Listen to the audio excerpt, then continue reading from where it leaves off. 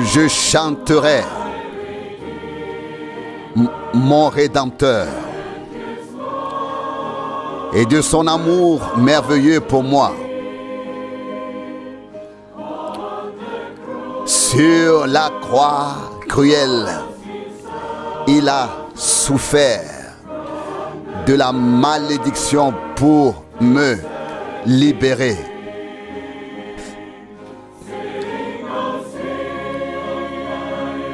Chantez, chantez mon Rédempteur.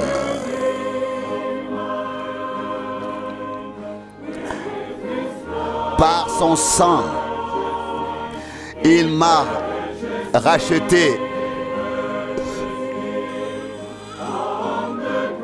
Sur la croix,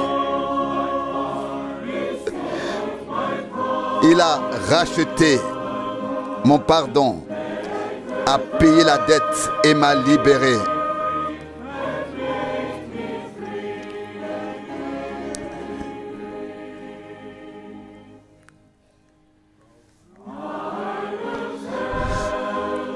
Je raconterai la merveilleuse histoire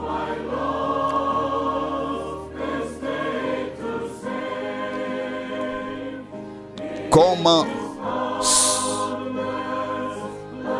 sauver mon domaine perdu. Dans son amour et sa miséricorde sans limite, il a librement accordé la rançon.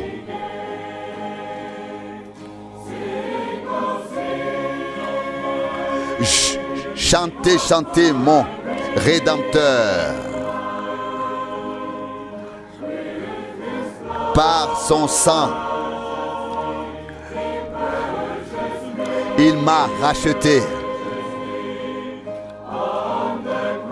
Sur la croix, il a racheté mon pardon, a payé la dette et m'a libéré.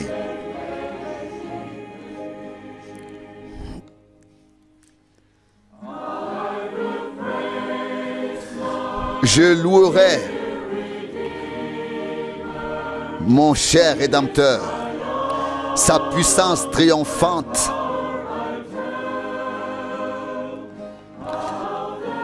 Je le dirai, comment la victoire qu'il me donne sur le péché, la mort et l'enfer.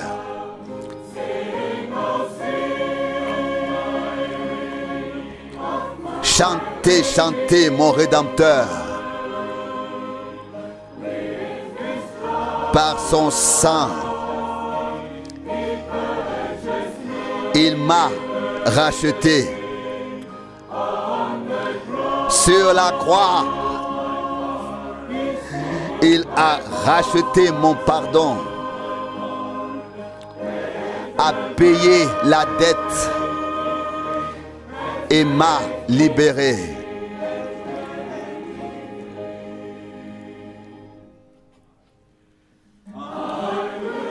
Je chanterai mon Rédempteur et son amour céleste pour moi. Il m'a fait passer de la mort à la vie.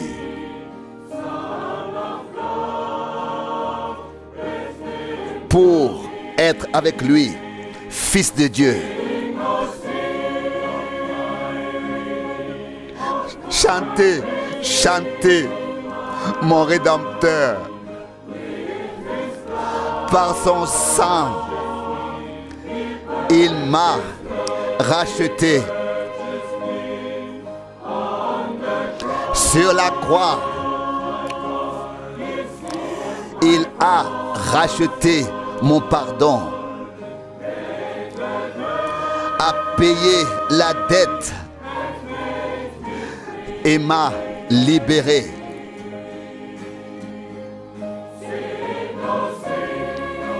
Chantez, chantez mon Rédempteur. Par son sang, Il m'a racheté. Sur la croix, il a racheté mon pardon et payé la dette et m'a libéré.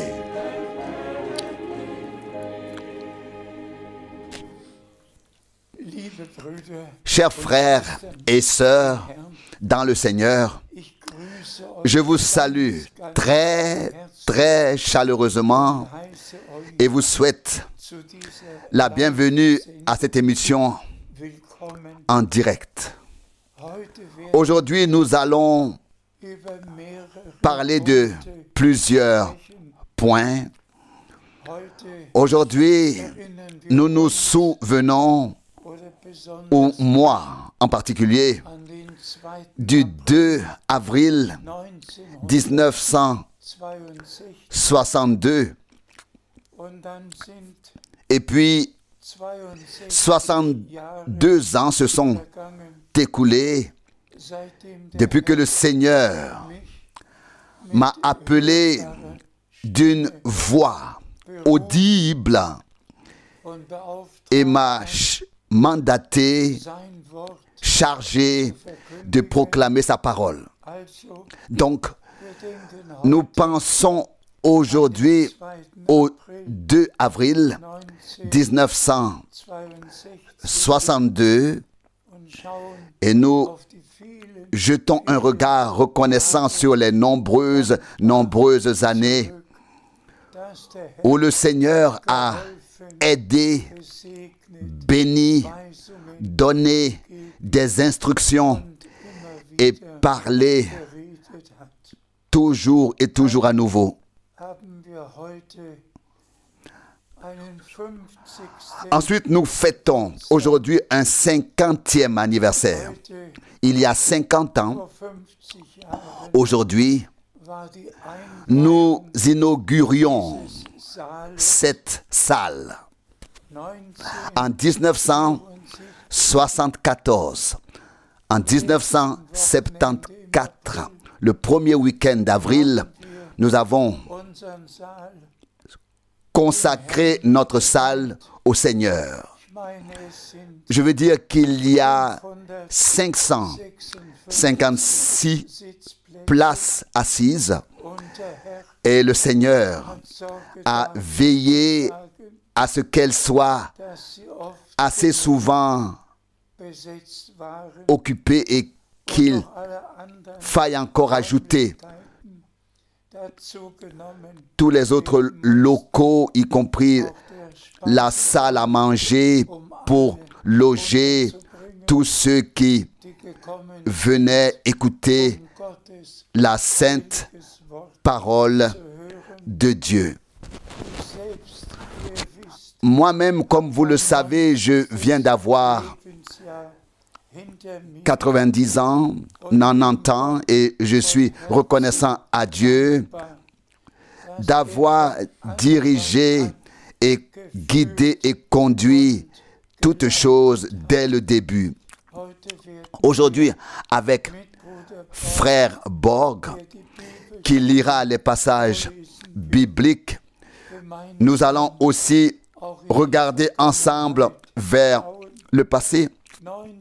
En 1958, frère Borg était présent lorsque j'ai traduit le premier sermon de frère Branham et depuis, nous avons marché ensemble sur le chemin du Seigneur et servi le Seigneur.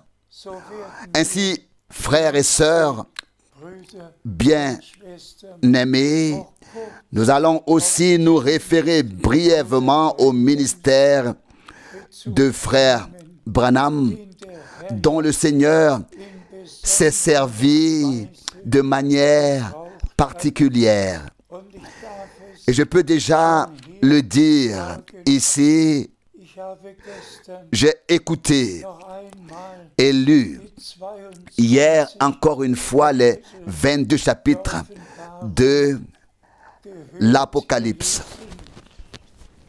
Et je suis tout simplement subjugué par les nombreuses choses surnaturelles que Jean a vécues, vues et entendues sur l'île de Patmos et qu'il a pu mettre par écrit. Il a vu celui qui était assis sur le trône et a regardé l'agneau venir prendre le livre des 7 sceaux de la main droite de celui qui était assis sur le trône. Combien de fois Jean a-t-il mentionné les 24 anciens, les 4 êtres vivants?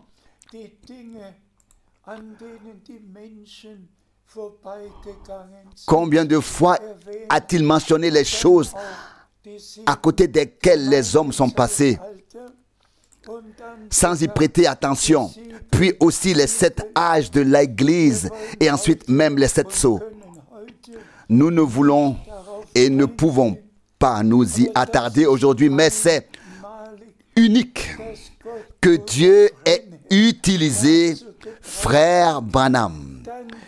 Puis, quand le temps est venu, du 5 au 11 décembre 1960, pour parler des 7 écrits envoyés aux églises, pour parler de cela par révélation. Et puis est venu le temps du 17 au 24 mars 1963, où frère Branham a reçu l'instruction que les 7 sceaux seront ouverts.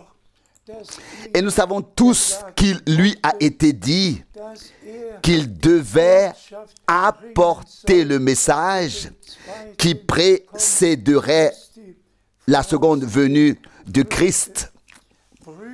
Frères et sœurs, nos frères au commencement, que ce soit Pierre, que ce soit Jean, que ce soit Jacques, ont vécu des choses surnaturelles avec notre Seigneur. Aussi, depuis le début de l'Église du Nouveau Testament, des événements surnaturels se sont également produits. Mais tout ce qui a été révélé sur l'île de Patmos, tout ce qui allait arriver jusqu'aux nouveaux cieux et à la nouvelle terre, et le fait qu'à notre époque, Dieu avait un prophète à qui il pouvait tout révéler. Oh, comme nous pouvons être reconnaissants, comme nous pouvons être reconnaissants. Maintenant, nous allons lire quelques passages de la Bible et toujours demander à Frère Borg de le faire, s'il te plaît. Nous lisons de Matthieu 24, verset 3. Matthieu 24, verset 3. Lorsqu'il se fut assis sur le mont des Oliviers, les disciples se trouvant seuls s'approchèrent de lui pour lui demander: dis-nous donc quand cela arrivera et quel est le signe de ton retour et de l'achèvement du temps du monde. Frères et sœurs, nous avons ici 3 questions et nous sommes vraiment reconnaissants à Dieu qu'elles aient reçu une réponse. La première promesse s'est en effet réalisée en 70 ou alors en 70 après Jésus-Christ, lorsque le temple a été détruit, car c'était la première question. Et la réponse était qu'il ne resterait pas pierre sur pierre. Et l'accomplissement a eu lieu en 70, en 70, après Jésus-Christ, lorsque la destruction a eu lieu. Mais la deuxième question est la suivante. Et quel est le signe de ton retour? Et puis nous arrivons à notre époque, à ce moment-là, pour laquelle tout a été prédit, ce qui arriverait avant le retour de Jésus-Christ. Et aussi, tout a été dit sur ce qui se passerait après le retour jusqu'à la fin. Il suffit de lire Matthieu 24 où beaucoup de choses sont écrites, ou Luc 21 et les différents passages bibliques sur ce qui se passerait avant le retour de Jésus-Christ. Frères et sœurs, nous ne nous sommes pas assis au pied de Gamaliel ou d'un scribe, mais au pied de Jésus-Christ, notre Seigneur, qui nous parle par sa sainte parole et nous éclaire sur toutes choses. Seule sa parole est valable. Nous voulons seulement entendre ce qu'il a à dire aux églises, et en particulier à nous en ce temps, en ce moment. Continuons donc à lire, s'il te plaît. Nous lisons Luc 21, verset 28. Luc 21, verset 28.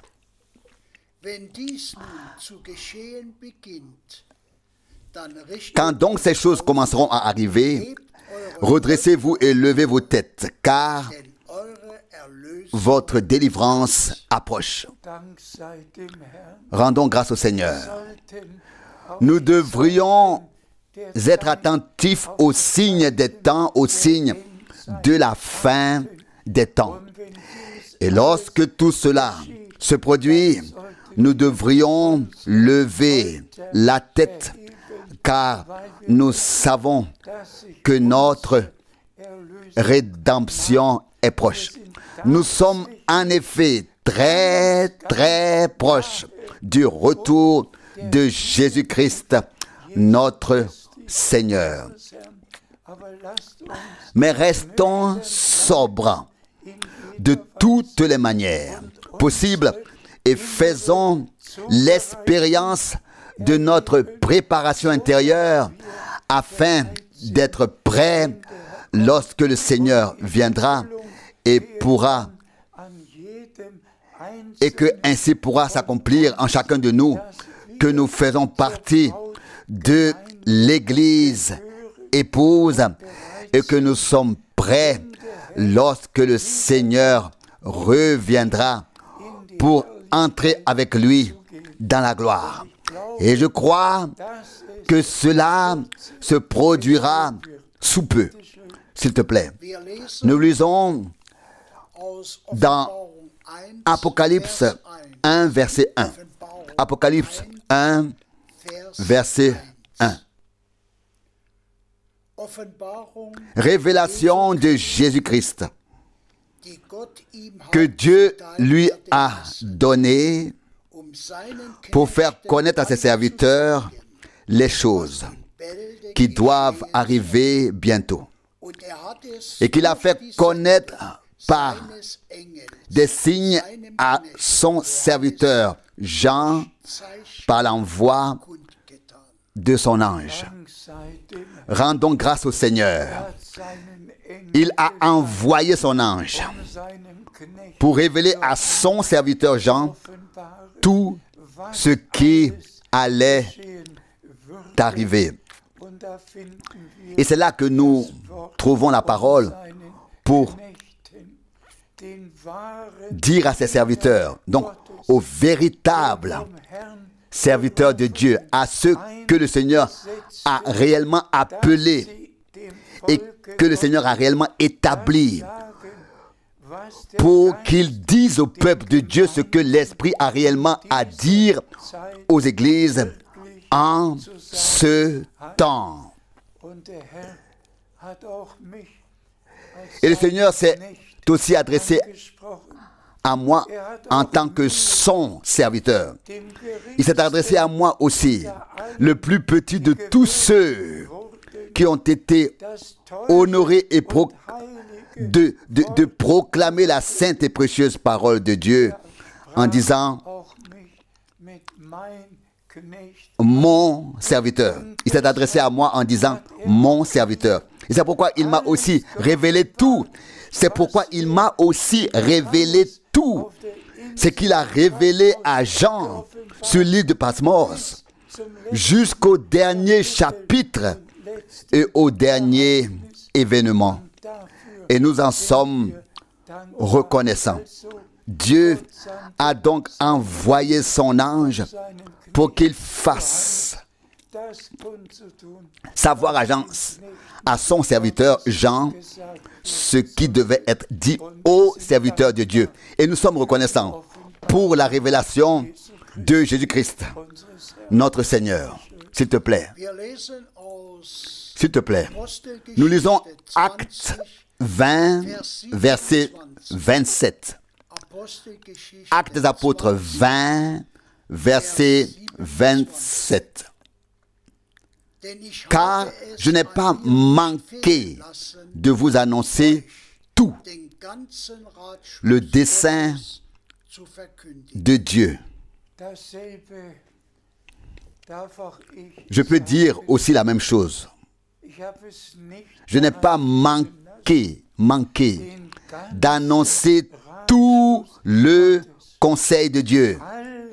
Tout ce qui fait partie de l'œuvre de la rédemption a été repris dans la proclamation. Tout ce qui s'est passé pour nous sur la croix à Golgotha, le pardon total, la rédemption totale, la vie éternelle, tout ce qui nous a été donné par Dieu en Christ, nous l'avons accepté, nous l'avons vécu, expérimenté personnellement par grâce. La conversion, la nouvelle naissance, le renouveau, le baptême du Saint-Esprit, la conduite du Saint-Esprit par le Saint-Esprit, tout ce que Dieu a préparé, nous avons pu le vivre personnellement par grâce et l'avons reçu pour ensuite le transmettre. Et donc, moi aussi, je peux dire que j'ai annoncé tout le conseil de Dieu. Et tous ceux qui sont de Dieu écoutent, entendent la sainte parole révélée en ce moment dans tous les peuples, toutes les langues et toutes les nations. Que le Seigneur en soit remercié. S'il te plaît. Nous lisons 2 Corinthiens 6, versets 17 et 18. 2 Corinthiens 6, versets 17 et 18. Je lis le verset 17. C'est pourquoi, sortez du milieu d'eux et séparez-vous, ordonne le Seigneur, et ne touchez à rien d'impur, et je vous recevrai. Que le Seigneur soit remercié. L'appel à sortir. Séparez-vous. Ne touchez à rien d'impur. C'est le dernier appel avant le retour de Jésus-Christ, notre Seigneur, à sortir de toutes les doctrines, de toutes les traditions et coutumes, de toutes les interprétations, de toutes les dénominations, à nous séparer, à sortir, à nous séparer et à vivre consacrés au Seigneur. Car de même que l'époux était la parole pure qui s'est faite chair, de même l'épouse doit être trouvée dans la parole de Dieu.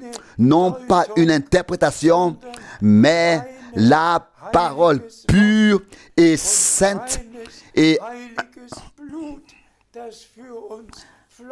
un sang pur et saint qui a coulé pour nous. Tout est arrivé et nous sommes devenus obéissants et nous nous sommes laissés appeler à sortir, mettre à part, séparer pour écouter uniquement maintenant ce que Dieu le Seigneur a à dire aux églises par l'Esprit. S'il te plaît. Je lis le verset 18. Je serai pour vous un père, et vous serez pour moi des fils et des filles, dit le Seigneur, le Tout-Puissant. Rendons grâce au Seigneur. Donc, d'abord, l'appel à sortir, la séparation, et ensuite la promesse. Ensuite, je serai pour vous un père, et vous serez pour moi des fils et des filles. Ne suivez donc pas vos propres voies dans la désobéissance et dire ensuite, je suis un enfant de Dieu.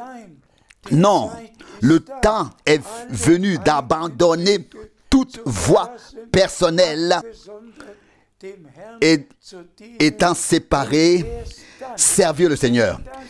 Et ce n'est qu'alors, lorsque cela sera fait avec nous, que Dieu voudra nous considérer comme ses fils et ses filles qui seront trouvés dans sa parfaite volonté et vivront leur préparation pour le retour de Jésus-Christ, notre Seigneur. S'il te plaît, nous lisons de Matthieu 17, le verset 11. Matthieu 17, verset 11. Il leur répondit, Élie viendra cependant et rétablira toutes choses. Grâce soit rendue au Seigneur. Nous avons déjà lu et répété et relu ce passage biblique à de nombreuses reprises. Tout comme Élie a été envoyé pour convoquer le peuple de Dieu sur le mont Carmel, afin qu'il prenne sa décision et qu'il n'aille plus dans telle ou telle direction, mais qu'il soit ramené à Dieu. Il en a été de même à notre époque. Et Dieu a pu utiliser frère Branham pour ramener le peuple de Dieu à Dieu. Loué soit le nom du Seigneur. S'il te plaît. Nous lisons dans Actes des Apôtres, chapitre 3, verset 21. Actes des Apôtres, chapitre 3, verset 21. Il faut cependant que le ciel le reçoive jusqu'au temps du rétablissement de tout ce que Dieu a annoncé dès les temps anciens par la bouche de ses saints prophète. Chers frères et sœurs, réfléchissez dans le deuxième sermon. Il y a 2000 ans, Pierre a été conduit à écrire. Lui, notre Seigneur et Rédempteur, doit demeurer dans les cieux jusqu'au temps du rétablissement de tout ce que Dieu a annoncé par la bouche de ses saints prophètes depuis les temps anciens. Tout doit être remis en place, restauré, rétabli, et cela se passe maintenant dans le monde entier. Tous les vrais enfants de Dieu ont abandonné réellement leurs propres pensées, leurs propres voix, leurs propres interprétations et croient maintenant uniquement ce que Dieu a écrit dans sa parole. Le ciel doit l'accueillir, lui, notre Seigneur, jusqu'à notre époque où tout sera rétabli et nous pouvons en faire l'expérience. Loué soit notre Seigneur pour cela. S'il te plaît, nous lisons de Jean 14, versets 2 et 3. Jean 14, versets 2 et 3. Je lis le verset 2. Il y a plusieurs demeures dans la maison de mon Père. S'il n'en était pas ainsi, je vous l'aurais dit. Car je m'en vais vous préparer une place. Loué et exalté soit notre Seigneur. Après avoir accompli la rédemption, il est monté nous préparer une place. Et nous lirons maintenant dans le verset suivant qu'il reviendra. C'est ce qu'il a promis pour nous prendre avec lui. Oh frères et sœurs, le temps est là et nous sommes reconnaissants à Dieu du fond du cœur que tous ces passages bibliques nous parlent directement. S'il te plaît, lis le verset suivant. Nous lisons le 3e verset. Et quand je serai allé et que je vous aurai préparé une place, je reviendrai et je vous prendrai avec moi afin que là où je suis, vous y soyez aussi. Loué et exalté soit notre Seigneur. La deuxième question était la suivante. Et quel est le signe de ton retour? Nous avons déjà lu les passages bibliques. Il reste au ciel jusqu'au moment où tout sera rétabli. Il est allé nous préparer une place et il reviendra.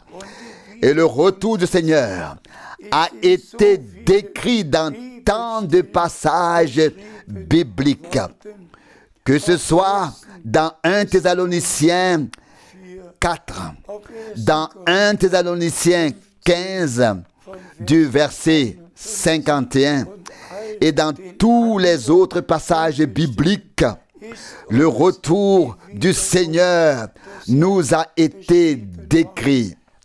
Mais pensez à la beauté de la chose.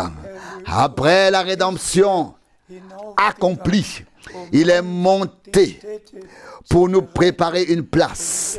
Et maintenant, il va revenir pour nous amener dans la gloire, pour que nous soyons là où il est.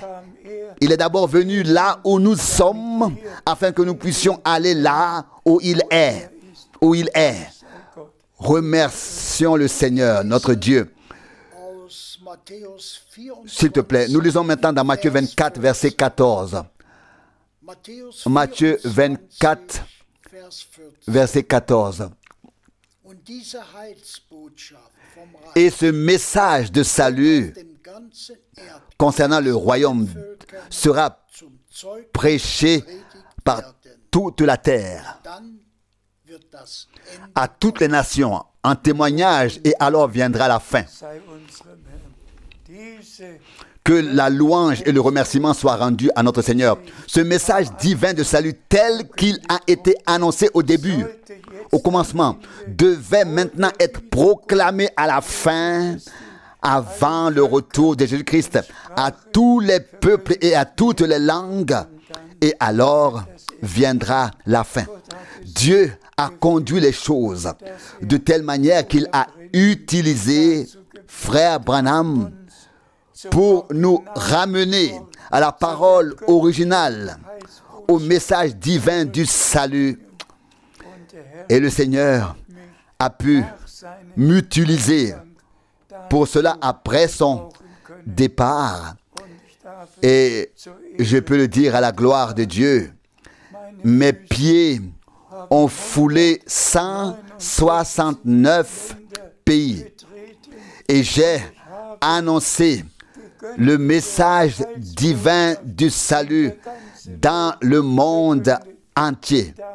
Et là où je ne suis plus allé, personnellement, le message y est allé, de sorte que nous pouvons dire que cette écriture est accomplie sous nos yeux.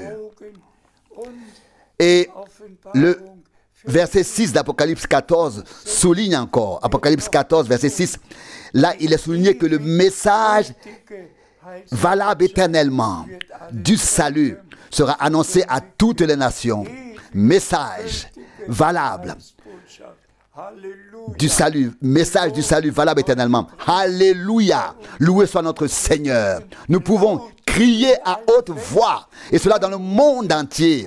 Aujourd'hui, en notre temps, cette écriture, cette sainte écriture, ce mandat saint et sacré est accompli sous nos yeux. Loué et exalté soit le nom du Seigneur.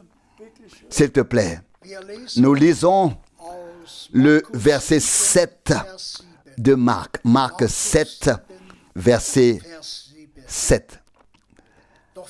Mais c'est en vain qu'ils m'adorent, parce qu'ils font des commandements d'hommes leur doctrine. Cette parole aussi doit nous aller droit au cœur. Elle ne s'adresse pas à nous, mais à tous ceux qui passent à côté de ce que Dieu a promis et fait. Et il prie simplement le Notre Père dans toutes les églises, dans toutes plutôt dans toutes les communautés religieuses libres, dans toutes les dénominations. Que ta volonté soit faite. Mais ce qu'est la volonté de Dieu, cela en fait n'intéresse personne. Ils font que le répéter dans une prière. Chacun suit sa propre voie. Et le Seigneur a dû dire, c'est en vain qu'ils m'adorent, parce qu'ils ont fait des commandements d'hommes leurs ordonnances.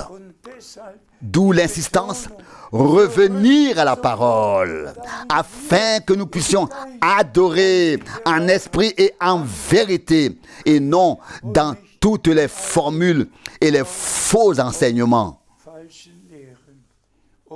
Oh Dieu, aide-nous par grâce, s'il te plaît. Nous lisons Jean 4, verset 23. Jean 4, verset 23. Mais l'heure vient, oui, elle est déjà là, où les vrais adorateurs adoreront le Père en esprit et en vérité. car le Père aussi veut avoir de tels adorateurs. Amen, amen. Oh, comme c'est merveilleux. Frères et sœurs, nous pouvons vraiment souligner avec conviction, l'heure vient, l'heure est déjà là, où les vrais adorateurs adoreront Dieu en esprit et en vérité.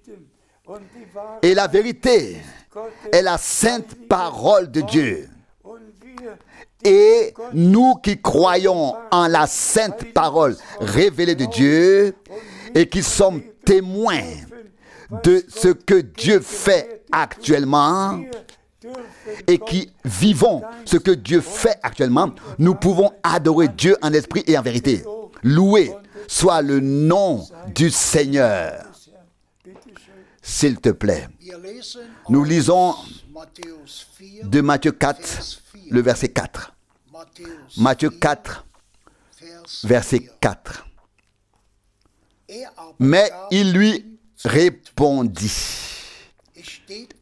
Il est écrit, ce n'est pas de pain seulement que l'homme vivra, mais de toute parole qui sort de la bouche de Dieu. Encore une fois, l'accent est mis sur la parole de Dieu. Non pas du pain seul, vivre ce qui est terrestre, mais spirituellement vivre de toute parole qui est sortie de la bouche de Dieu.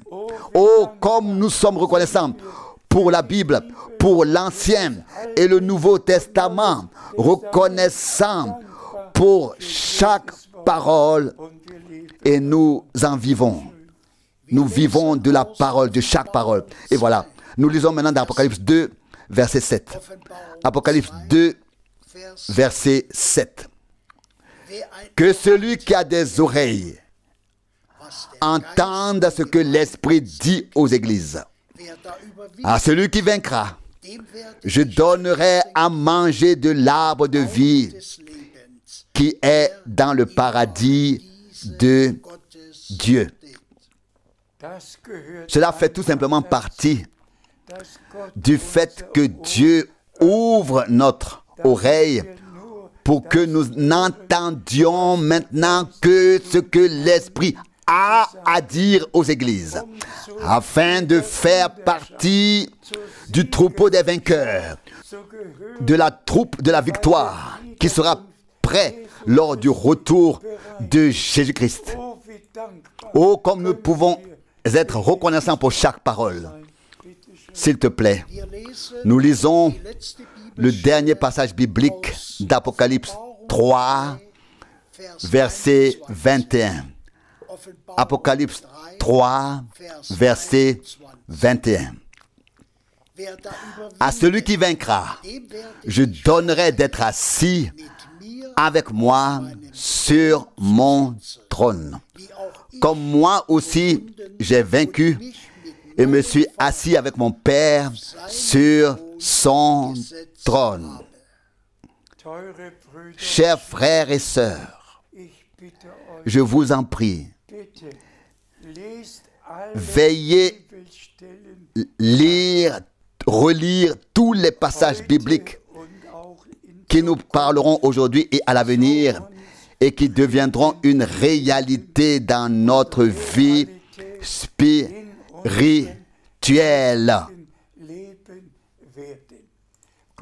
Dieu a simplement fait en sorte que tout soit rétabli juste avant le retour de Jésus-Christ. L'appel à sortir, la mise à part, tout doit être fait, tout doit arriver pour que nous soyons prêts lorsque le Seigneur reviendra. Car il est écrit dans Matthieu 25, verset 10, ceux qui étaient prêts entrèrent au festin de noces et la porte fut fermée. Que Dieu nous bénisse. S'il vous plaît, comprenez que je l'ai mentionné plus tôt, aujourd'hui est un jour spécial pour moi.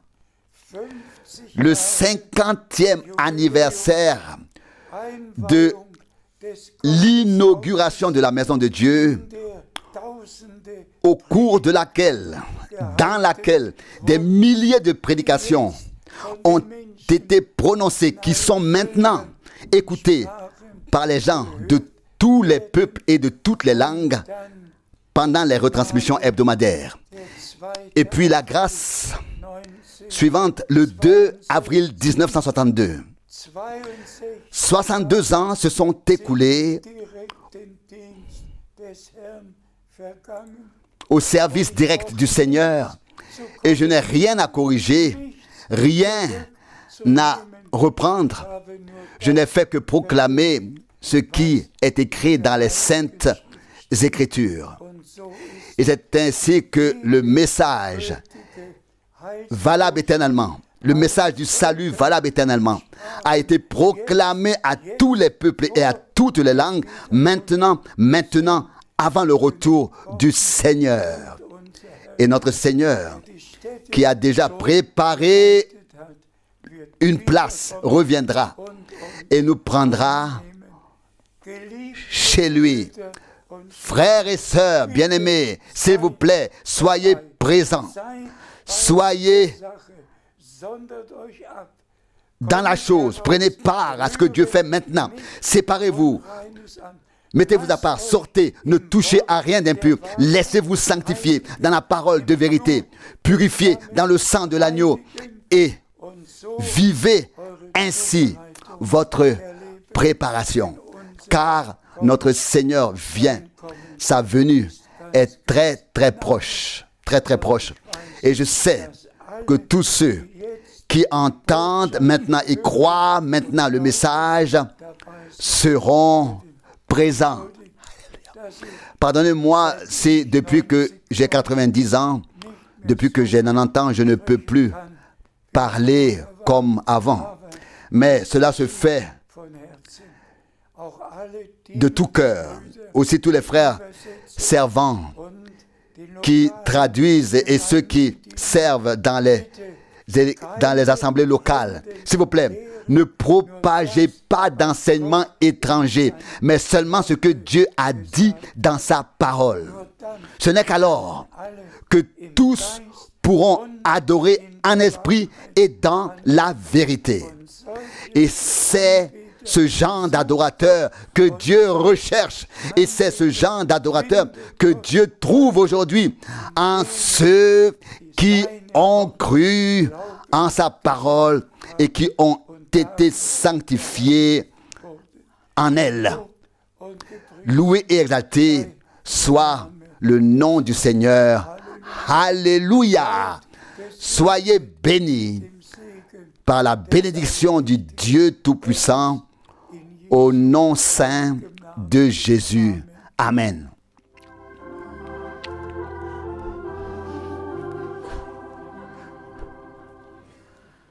Magnifique message d'amour. Dis-le-moi encore une fois. Magnifique message d'amour pour un monde rempli de tourments. Les anges l'annoncent avec ravissement. Les bergers l'écoutent avec étonnement. Et toi, qui es lié par le péché, écoute, ce message t'est destiné. Merveilleux, merveilleux, merveilleux. Message d'amour, message pour toi et pour moi. Magnifique message d'amour. Dieu a envoyé le Fils. Dieu a envoyé le Fils. Magnifique message d'amour. L'enfer et la mort sont bannis en mourant sur les hauteurs du Golgotha, en s'offrant lui-même pour nous. Il a fait naître en nous la grâce. Écoute, ce message est pour toi. Merveilleux, merveilleux, merveilleux message d'amour, message pour toi et pour moi. Magnifique message d'amour,